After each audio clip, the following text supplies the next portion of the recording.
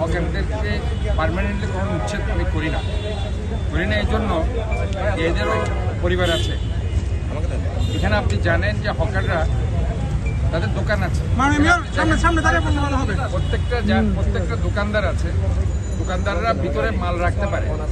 মালগুলো দেখুন আপনারা, ফুটপাতে তারা যেখানে জায়গা আছে ফুটপাতও দখল করে ফেলেছে, রাস্তাও দখল করে ফেলেছে। আমি বেশ কয়েকদিন ধরে এটা অবজার্ভ করছিলাম।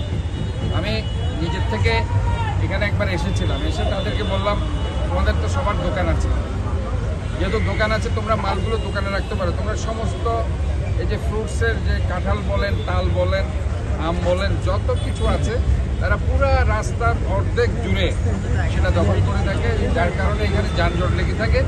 আরেকটা হচ্ছে এখানে ইনফ্যাক্ট মানুষ হাঁটতে পারে না। এবং আমাদের আসলে এই যে শহরে যখন কেউ আসে, হয়তো তারা রেলপথে আসে, না হয় তারা বিমানবন্দর দিয়ে আসে, না হয় তারা সড়ক পথে আসে। কাজে রেলপথে আসার পরে এই জায়গা দিয়ে যখন তারা যায়, সেই ক্ষেত্রে চিটাগংয়ের বাইরে থেকে যারা আসে অথবা বিদেশ থেকে যারা আসে, তারা চট্টগ্রামের ভাবমূর্তি নিয়ে প্রশ্ন করে। আমি যেটা মনে করি এই জায়গাগুলো আমাদেরকে সৌন্দর্য রক্ষা করতে হবে।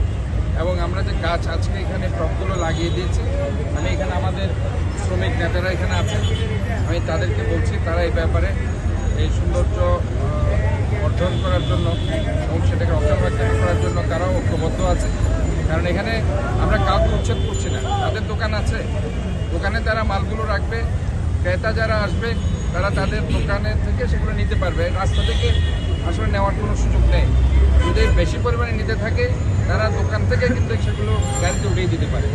এবং আমরা এই টপগুলো এক সাইডে সারিবদ্ধভাবে থাকি এবং আমরা মনে করি প্রত্যেকটি জায়গায় প্রথমে আমি ওই টার্গেট করেছি ওইটাই, যেখানে যাদের দোকান আছে, বিশেষ করে আপনারা মাছুয়া জর্নাল লাইন দেখবেন প্রচুর পরিমাণে মাছের আড়তদার তাদের দোকান আছে, মাছগুলি আমি নেক্সট ওইগুলো টার্গেট করবো। আমি আস্তে আস্তে এইভাবে চট্টগ্রামকে একটা গ্রিন সিটি, যেটা আমার চিন্তাভাবনা আছে, একটা গ্রিন সিটি, এদিকে আমি এগিয়ে যাচ্ছি। এতদিন আপনারা হয়তো অনেকে মনে করেছিলেন যে আমি হয়তো এগুলো কাজ আমি আস্তে আস্তে ধরছি, কারণ আমরা একদম জলাবদ্ধতা নিয়ে আমি কনসেন্ট্রেট করেছি এবং এই জলাবদ্ধতা নিয়ে কনসেন্ট্রেট করার প্রেক্ষিতে ইনশাল্লাহ আজকে 50 থেকে 60% জলাবদ্ধতা আমরা মহান রব্বুল আলমিনের রহমতে কমিয়ে দিতে পেরেছি এবং বাকিটাও আমাদের কাজ চলবে।